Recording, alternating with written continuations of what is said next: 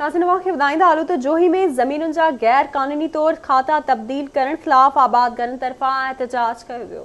इन हवाले सां असां वीडियो लिंक ते मौजूद है आवाज़ टीवी जो रिपोर्टर अब्बास गाड़ी जी। काछे अंदर 200 एकड़ ज़रई ज़मीन जा जेके खाता आहिनि उहे गैर कानूनी तरीक़े सां तब्दील करे रेवेन्यू मुलाज़ जेके तपेदार आहिनि तपेदार किलारक ऐं ॿियनि जी जेका मिली भगत सबबि जेके हक़ीक़ी खातेदार आहिनि उन्हनि जा जेके खाता तब्दील करे बासरनि जे नाले ते कया आहिनि उन्हनि हवाले सां अॼु जोही तालुके अंदर जेके खातेदार आहिनि उन्हनि जो एहतजाजी मुज़ाहिरो उन हवाले सां अचो तव्हांजी उन्हनि जी ॻाल्हि ॿोल करायूं त उन्हनि जो छा चवणु आहे। 2007 में बेनज़ीर साहिब जे शहादत खां पोइ रिकॉर्ड सड़ियल ॾेखारे असांजे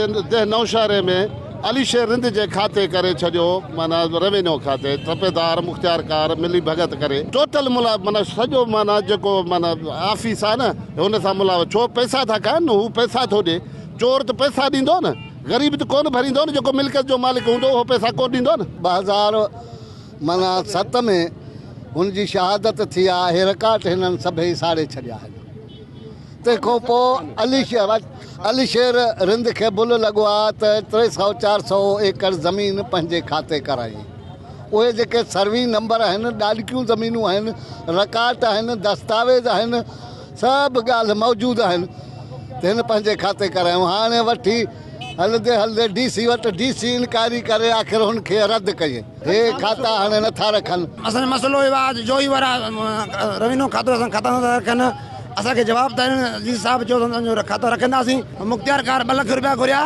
तपेदार असांखे 1 लख रुपया घुरियो ऐं सुपरवाइज़र आहे उन्हनि जो मूंखे अलॻि ॾियो और कंहिंखे ॾियूं असांजो ज़मीन जो तव्हांखे मुल्क पैसा ॾियो त काॾे वञूं असां। तव्हां मुज़ाहिरीन जूं ॻाल्हियूं ॿुधियूं मुज़ाहिरीन जो इहो ई चवणु आहे त